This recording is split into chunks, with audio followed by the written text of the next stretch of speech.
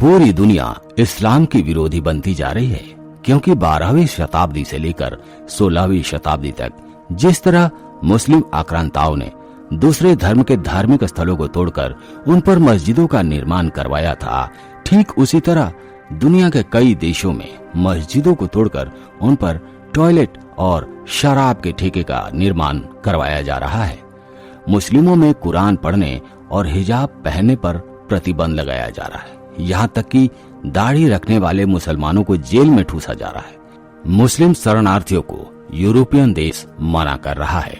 यूरोपियनों का कहना है कि ये शरणार्थी हमारे देश का इस्लामीकरण कर रहे हैं। भूटान, जापान, इटली और स्वीडन जैसे कई अन्य देशों ने अपने यहाँ मस्जिद बनाने पर रोक लगा दी है। भारत में भी मस्जिदों के नीचे मंदिर होने के ठोस प्रमाण मिल रहे हैं, जिसके आधार पर मस्जिदों को गिराकर उन पर मंदिर बनाने का काम शुरू हो रहा है। आसान शब्दों में कहें तो पूरी दुनिया आज के समय में इस्लाम की दुश्मन बनती जा रही है।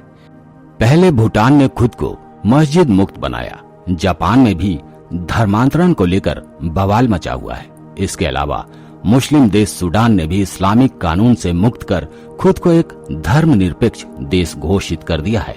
ईरान के लोग यहाँ अपनी शरीयत कानून को खत्म करने की मांग कर रहे हैं। यहाँ तक कि ईरानी महिलाएं और बच्चों ने मस्जिदों का बहिष्कार शुरू कर दिया है, जिसका परिणाम ये हुआ कि आज ईरान में हजारों की संख्या में मस्जिदों को बंद किया जा रहा है।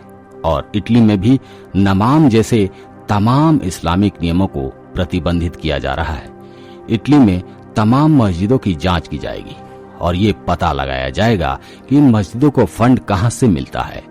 इतना ही नहीं, इटली की प्रधानमंत्री जॉर्जिया मिलोनी का कहना है कि इटली में तब तक कोई मस्जिद नहीं बनेगी जब तक कि इमाम की पूरी संपूर्ण जानकारी सरकार को नहीं दी जाएगी। नमाज में क्या कहा जा रहा है ये भी बताया जाए। इसके अलावा उन्होंने कहा कि नमाज इटालियन भाषा में हो, क्योंकि इटालियन इटली की राष्ट्रभाषा है। यहाँ पर मैं आपसे एक सवाल पूछना चाहता हूँ कि आप इटली के प्रधानमंत्री जॉर्जिया मिलोनी के कदम से कितने सहमत हैं, और अगर आप सहमत हैं तो क्या भारत में भी ऐसा होना चाहिए? हमें कमेंट करके जरूर बताएं। सूडान में फिर एक बार कुरान जलाने की तैयारी की जा रही है। स्वीडन की पुलिस का कहना है कि उन्होंने एक व्यक्ति को प्रदर्शन के दौरान जलाने की इजाजत दे दी, लेकिन स्वीडन की लोकल कोर्ट ने जैसे ही जलाने की इजाजत दी, वैसे 57 मुस्लिम देश बिलबिलाकर अपने बिल से बाहर आ गए और स्वीडन के खिलाफ फतवा जारी कर रहे हैं। स्वीडन में कुरान जलाने के बाद से ही पूरे इस्लामिक जगत में तहलका मचा हुआ है। तमाम मुस्लिम देशों ने स्वीडन के खिलाफ मोर्चे खोल दिए हैं। कोई स्वीडन के राजदूत को तलब कर रहा है तो कोई अपने राजदूतों को वापस बुला रहा है। दुनिया का सबसे बड़ा मुस्लिम संगठन IOC यानी organisation of Islamic corporation Sweden के खिलाफ सख्त कार्यवाही करने की मांग कर रहा है। लेकिन दोस्तों, सोचने वाली बात यह है कि चीन जैसे देशों में कुरान को महज फाड़ा जलाया ही नहीं जा रहा है, बल्कि मस्जिदों को गिराकर उन पर टॉयलेट बनाया जा रहा है। मदरसों को तोड़कर उस पर शराब के ठेके खोले जा रहे हैं। मुसलमानों पर चीन में सरेआम अत्याचार हो रहा है, मगर फिर इस्लामिक देश चीन के खिलाफ एक शब्द नहीं बोलते।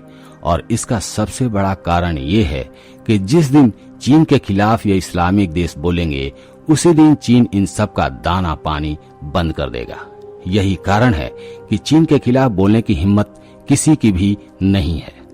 हालांकि दोस्तों, चलिए हम आपको उस शख्स के बारे में बताते हैं जिसने कुरान जलाने की हिम्मत दिखाई है, और उसने कुरान जलाने के बाद ऐसा क्या बोल दिया कि इस्लामिक देश में तहलका मच गया।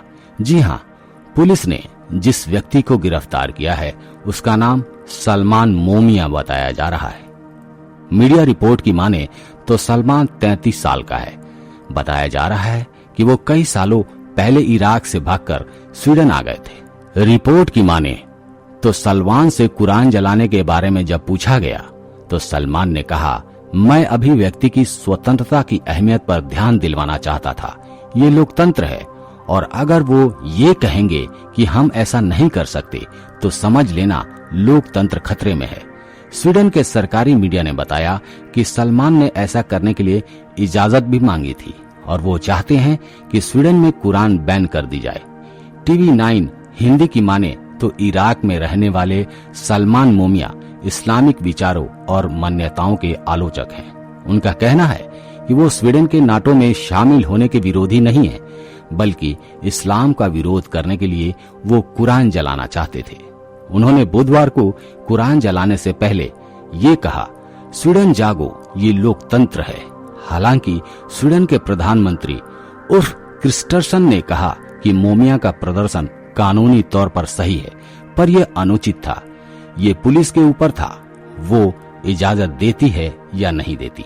हालांकि दोस्तों, आपको जानकर हैरानी होगी, जैसे हिंदुओं के धर्म ग्रंथ भविष्य पुराण में इस्लाम के उदम और अंत के बारे में बताया गया है, ठीक उसी तरह घटनाएं इस्लाम के साथ घट रही हैं। जैसा कि भविष्य पुराण में लिखा है कि ये लोग कालांतर में हिंसा करते करते स्वतः समाप्त हो जाएंगे, ठीक उसी तरह घटनाएं आज इस दुनिया में देखने को मिल रही हैं। पूरी दुनिया आज इस्लामिक आतंकवाद से परेशान है। यहाँ तक कि इस्लामिक देश भी अपने ही द्वारा पाले गए आतंकवाद से परेशान हैं। हिंदुओं के ग्रंथ भविष्य पुराण में इस्लाम धर्म के बारे में मुहम्मद के जन्म के कई हजार साल पहले ही बता दिया गया था। भविष्य पुराण में एक श्लोक मिलता है, लिंग छेदी सिखाहिना संश्रुधारी सदूसका उच्चालापी सर्वभक्षी भविष्यति जनो मम विना कौलम च पस्व स्तेषां भक्ष्या मता मम मूसले नैव संस्कारा कोशयरिव भविष्यति तस्मान मुसलवन्तो हि जतायो धर्म दूषका इति पैसाच धर्मश्च भविष्यति मया कृतः। अर्थात उस धर्म के लोग जन्म लेते ही खुद पर इस्लामिक ठप्पा लगाने के नाम पर अपने ही लिंग के अग्रभाग को काट देंगे। उनकी शिखा यानी चोटी नहीं होगी। वो दाढ़ी तो रखेंगे मगर मूछ नहीं रखेंगे। वो जोर जोर से आवाज करके भगवान शिव की प्रार्थना करेंगे। वे लोग खुद को मुसलमान बताएंगे और राक्षस जाति को बढ़ावा देंगे। यश और कालांतर में हिंसा करते करते स्वतः समाप्त हो जाएंगे। और ऐसा ही कुछ पूरी दुनिया में देखने को मिल रहा है। आज पूरी दुनिया इस्लामिक धर्मांतरण से डरी हुई है। इस्लामिक आतंकवाद ने कई देशों को बर्बाद कर दिया है।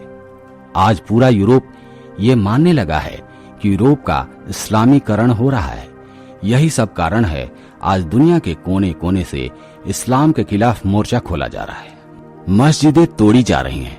मुस्लिम शरणार्थियों को लोग शरण देने से मना कर रहे हैं और इस्लामिक कानून पर बैन लगा रहे हैं। फिलहाल दोस्तों, जाते जाते आपसे एक सवाल है कि क्या सच में इस्लाम का अंत होने वाला है? कमेंट करके जरूर बताएं।